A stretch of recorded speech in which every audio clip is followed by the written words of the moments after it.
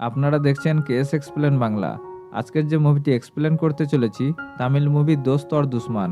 মুভিটির শুরুতে আমরা একটি পরিবারকে দেখি। এখানে একটি ছেলে তার বন্ধুকে নিয়ে মেয়ে দেখতে এসেছে। মেয়েটির নাম ভানু।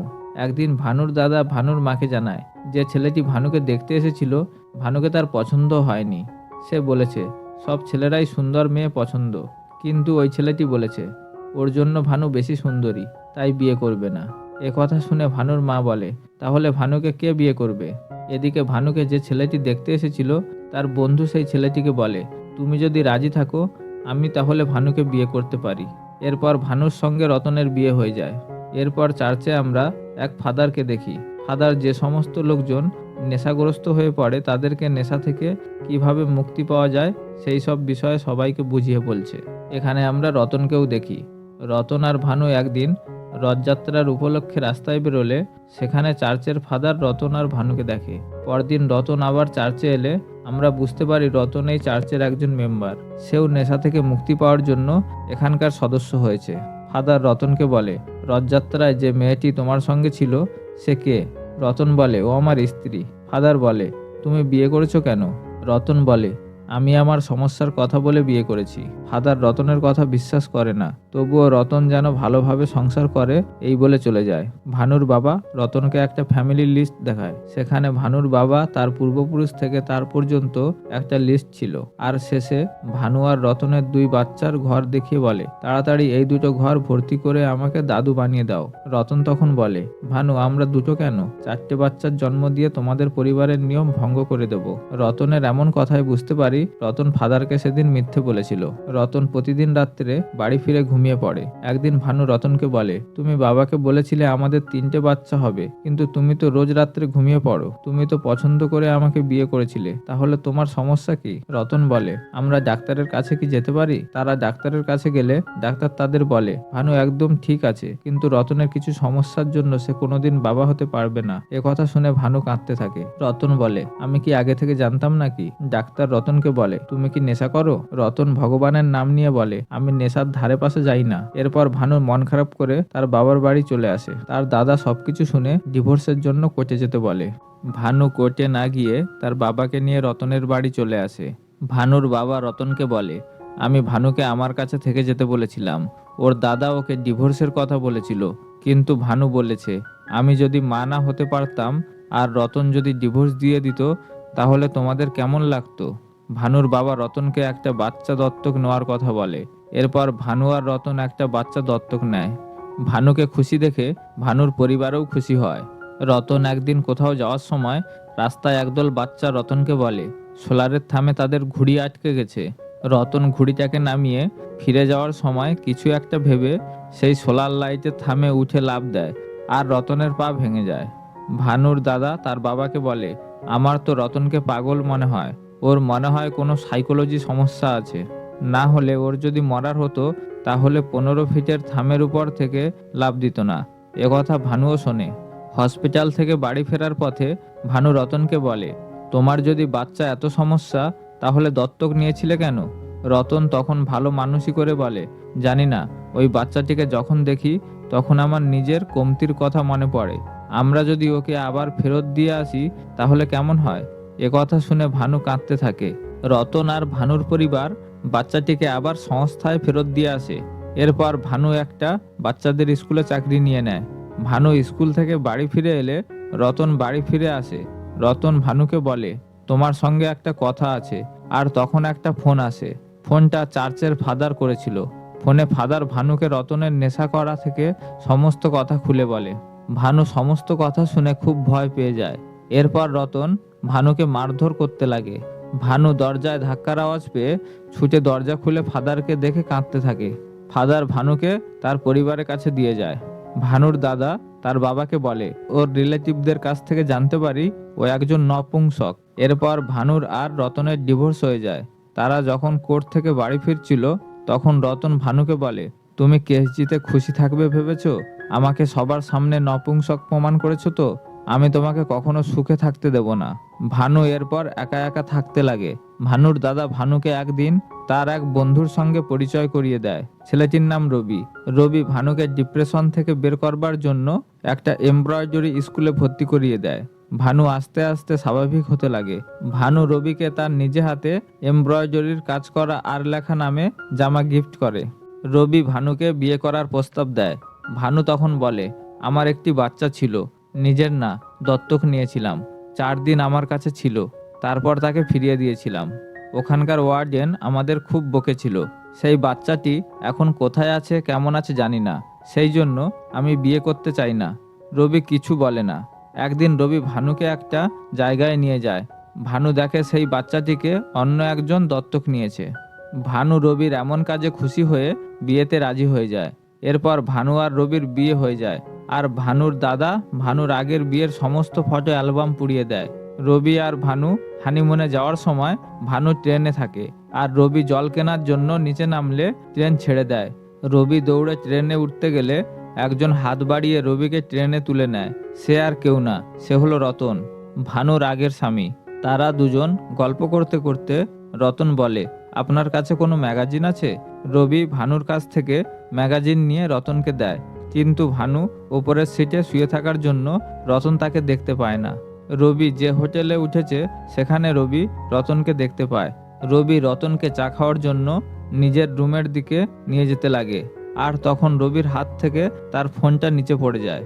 ফোনে ভানুর ছবি দেখে রতন বুঝতে পারে ভানুর আবার বিয়ে হয়ে গেছে। রতন একটা বাহানা বানিয়ে সেখান থেকে চলে যায়। এরপর থেকে রতন ভানু আর রবিকে ফলো করতে থাকে। একদিন ভানু তার স্কুলের কাজের জন্য এক জায়গায় যাচ্ছিল। ভানু যে ট্রেনে ছিল, রতনও সেই ট্রেন থেকে ভানুর উপর নজর রাখছিল। এরপর রতন একজন মর্গে কাজ করা লোকের সঙ্গে দেখা করে, তার থেকে একটা ডেড বডি নেয়। তারপর সে ভানুর রুমে গিয়ে ভানুকে অজ্ঞান করে দেয়। রতন তার সঙ্গে আনা সেই ডেড বডিকে ভানুর পাশে শুইয়ে দিয়ে ভানুর অলংকার পরিয়ে দেয়, আর ভানুকে ঘর থেকে নিয়ে গাড়িতে রেখে কিচেনে থাকা গ্যাস সিলিন্ডার অন করে দেয়। এরপর বাড়ি থেকে কিছুটা দূরে গিয়ে মোমবাতি ছুঁড়ে ফেলে, ভানুর রুম ব্লাস্ট করে দেয়। আর সবাই ভাবে ভানু গ্যাস সিলিন্ডার ব্লাস্ট করে মারা গেছে। ভানুর বাবা ভানুকে খুব ভালোবাসতো, তাই সে ভিতরে থাকা লাশের পোস্টমর্টম করতে দেয় না। রতন ভানুকে নিয়ে একটা শুনশান জায়গায় নিয়ে আসে আর একটা রুমে আটকে রাখে। রতন একদিন বাইরে যাওয়ার জন্য গাড়িতে উঠতে যাবে, তখন ওপর থেকে ভানুর চিৎকারের আওয়াজ পায়। রতন তখন দাঁড়িয়ে পড়ে আর ওপরে এসে ভানুকে আবার অজ্ঞান করে দেয়। এরপর সে ভানুর ঘরটিকে সাউন্ড প্রুফ তৈরি করে, যাতে ভানুর চিৎকার বাইরের কেউ শুনতে না পায়। আর দরজায় কিছু ঠাকুরের ছবি লাগিয়ে দেয়, আর ঘরের মধ্যে একটা স্পিকার লাগিয়ে দেয়। রতন ভানুকে সেই স্পিকারের মাধ্যমে বলে, ভানু, তোমাকে আর কখনো এখান থেকে যেতে দেব না, সারা জীবন তুমি এখানেই থাকবে। এদিকে রবি ভানুর শেষ কাজ করে পিণ্ডদান করে জলে ভাসিয়ে দেয়। রতন একদিন একটা জামা নিয়ে ভানুকে বলে, এই জামায় যেন একটা এমব্রয়ডারির কাজ করে দেয় আর একটা আর নাম লিখে দেয়, আর না হলে তোমাকে অন্ধকার ঘরে থাকতে হবে। ভানু অনেক কাঁদতে থাকে আর সেখান থেকে যেতে দিতে বলে। রতন তাকে দরজা বন্ধ করে রেখে চলে যায়। রতন রবির সঙ্গে দেখা করে। রবি রতনকে নিয়ে একটা মন্দিরে যায়। সেখানে ভানুর মা বাবার সঙ্গে রতনের দেখা হয়। রবি ভানুর মা বাবাকে বলে, এর নাম রামনাথ, ও আমার বন্ধু। তারা কথা শুনে রবিকে বলে, এর নাম রামনাথ না, এর নাম রতন, ভানুর প্রথম স্বামী। রতন নিজেকে বাঁচানোর জন্য ভানুর বাবা মায়ের পায়ে পড়ে আর বলে, আমাদের ডিভোর্স হয়ে যাওয়ার পর আমি চাকরি ছেড়ে দিই আর অন্য শহরে চলে যাই, আর নিজের নাম রতন থেকে রামনাথ করে নিই, আর সেই নামটা রবিকে বলি। রতন তার সত্যি বলার অ্যাক্টিং করে সকলের মন জয় করে নেয়। এক কথায় রতন হচ্ছে সেই ধরনের লোক যে চোরকে বলে চুরি করতে আর গৃহস্থকে বলে জেগে থাকতে। এরপর রবি ভানুর ইন্স্যুরেন্সের টাকা নেওয়ার জন্য ইন্স্যুরেন্স অফিসে গেলে অফিসার বলে, ভানুর পলিসিতে তার আগের স্বামী রতনের নাম আছে। রতন আর ভানুর ডিভোর্স সার্টিফিকেট নিয়ে আসলে আমরা টাকা দিয়ে দেব। রবি তখন রতনের বাড়ি যায়। রতন হঠাৎ রবিকে তার বাড়িতে দেখে একটু ঘাবড়ে যায়। রতন রবিকে সেই জায়গায় বসায় যেখান থেকে রতন ভানুর সঙ্গে স্পিকারে কথা বলতো। রতন রবির সঙ্গে কথা বলতে বলতে মাইক্রোফোনের সুইচ অন করে দেয়, আর ভানু তখন তার ঘরে লাগানো স্পিকারে রবির কথা শুনতে পায়। ভানু রবির কথা শুনতে পেয়ে চিৎকার করে রবিকে ডাকতে থাকে, কিন্তু ঘরটি সাউন্ড প্রুফ থাকায় রবি ভানুর আওয়াজ শুনতে পায় না। ভানু এদিক ওদিক ধাক্কা মারতে মারতে ঘরের এক জায়গা থেকে একটা কাঠ খুলে ফেলে। ভানু সেখান থেকে রবি আর রতনকে কথা বলতে দেখে। ভানু দেওয়ালে থাকা একটা ক্যালেন্ডারের পৃষ্ঠা ছিঁড়ে সেখানে তার বাঁচানোর কথা লিখে উপর থেকে ছুঁড়ে ফেলে, আর সেই কাগজটা একটা কাগজ কুড়ানো লোকের গায়ে গিয়ে পড়ে। লোকটি রবিদের ডাকতে লাগলে ভানু মনে মনে বলে, কাগজটা যেন রবির হাতে পড়ে, কিন্তু লোকটি রতনের হাতে দিয়ে দেয়। এটা দেখে ভানু অনেক কাঁদতে থাকে। রবি যেতে যেতে একজন লোককে জামা ইস্ত্রি করতে দেখে সে তার কাছে গিয়ে ট্যাক্সি কোথায় পাওয়া যাবে জিজ্ঞাসা করে। আর তখন রবির চোখ একটা জামার উপরে পড়ে। সেই জামাতে একটা আর নাম লেখা ছিল। রবি লোকটির কাছে জামাটা কার জানতে চাইলে লোকটি রতনের কথা বলে। এদিকে রতন ফিরে এসে ভানুকে মারতে লাগে। তারপর সেই ভাঙা জায়গাটাতে আবার কাট লাগিয়ে দেয়। রবি রাস্তা দিয়ে হেঁটে যেতে লাগলে রতনের সঙ্গে দেখা হয়। রতন রবিকে তার হোটেলে পৌঁছে দেয়। ভানু ঘরে বসে থাকতে থাকতে এক কোনায় একটা ছিদ্র দেখতে পায়। সে একটা চামচ সেই গর্তের মধ্যে ফেললে চামচটার নিচে পড়ে আর শব্দ হয়। এই ছিদ্রটা দেওয়ালে লাগানো পাইপের ছিল। ভানু সেখান থেকে সাহায্যের জন্য চিৎকার করতে থাকে। রতন যখন বাচ্চাদের হকি প্র্যাকটিসে ব্যস্ত ছিল তখন রবি আবার ফিরে আসে। কেননা সেই জামায় লেখা আর নামটা ভানু লিখেছে, সেটা রবি জানতে পেরেছে। রবি আর ভানুর দাদা তো ভানুকে এমব্রয়ডারির স্কুলে ভর্তি করিয়েছিল, আর ভানুও এরকম একটা আর লেখা জামা রবিকে উপহার দিয়েছিল। রবি চাবির দোকান থেকে রতনের বাড়ির চাবি তৈরি করে রতনের বাড়িতে আসে, কিন্তু কোথাও ভানুকে খুঁজে পায় না। রতন খেলা শেষ করে বাড়ি ফিরে দেখে রবি দরজার সামনে বসে আছে। রবি রতনকে বলে, একটা সাহায্যের জন্য এসেছি। রবি তাকে তার বসের বাড়ি নিয়ে যায়। বসের ছেলেকে হকি খেলা শিখিয়ে দেওয়ার জন্য রতনকে অনুরোধ করে। রতন রাজি হয়ে যায়। এরপর রতন রবিকে তার বাড়িতে নিয়ে আসে। রবি টিভি দেখতে চাইলে রতন তাকে ভিতরের ঘরে যেতে বলে। আর তখনই দরজায় কলিং বেলের আওয়াজ হয়। রতন দরজা খুলে দেখে তার সামনে ভানু দাঁড়িয়ে আছে। সে দৌড়ে ভানুর ঘর খুলে দেখে সেখানে ভানু নেই। রতন তখন ভাবতে থাকে তার কুকর্মের কথা, আর মনে মনে বলে, এবার তো আমার জেল হয়ে যাবে। বলতে বলতে সে পাগলের মতো দৌড়াতে লাগে। এরপর আমরা ফ্ল্যাশব্যাকে দেখতে পাই রবি যখন ভানুকে ঘরের মধ্যে খুঁজে পায় না তখন সে বাইরে চলে আসে আর ভানুকে ডাকতে লাগে। সে বাইরে এক জায়গায় অনেক কাগজ পড়ে থাকতে দেখে। সেখানে লেখা ছিল, আমাকে বাঁচাও। রবি জামায় আর লেখা দেখে আগে জেনে গিয়েছিল ভানু বেঁচে আছে, আর এখন কাগজে লেখা পড়ে বুঝতে পারে ভানু এখানে কোথাও আছে। রবি দেখে সমস্ত কাগজ পাইপ দিয়ে নিচে আসছে। সে পাইপে মুখ লাগিয়ে ভানুকে ডাকতে লাগে। ভানু রবির কথা শুনতে পায়। ভানু তখন রবিকে বলে সে উপরের তলায় একটা ঘরে বন্দি আছে, আর ঘরটি সাউন্ড প্রুফ করা। তারা শুধু এই পাইপের সাহায্যে কথা বলতে পারবে। রবি তখন সেখানকার লোকাল পুলিশকে ফোন করে ভানুকে উদ্ধার করতে বলে। আর রবি বাহানা করে রতনকে তার বসের বাড়িতে বসের ছেলেকে হকি খেলা শেখানোর নাম করে সময় কাটাতে লাগে, যাতে পুলিশরা সময় পায়।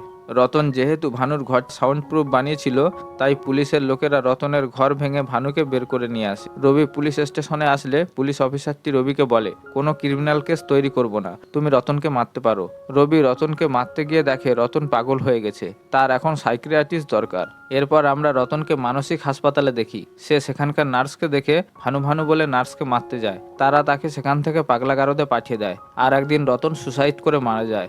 আর মুভিটি এখানেই শেষ হয়ে যায়।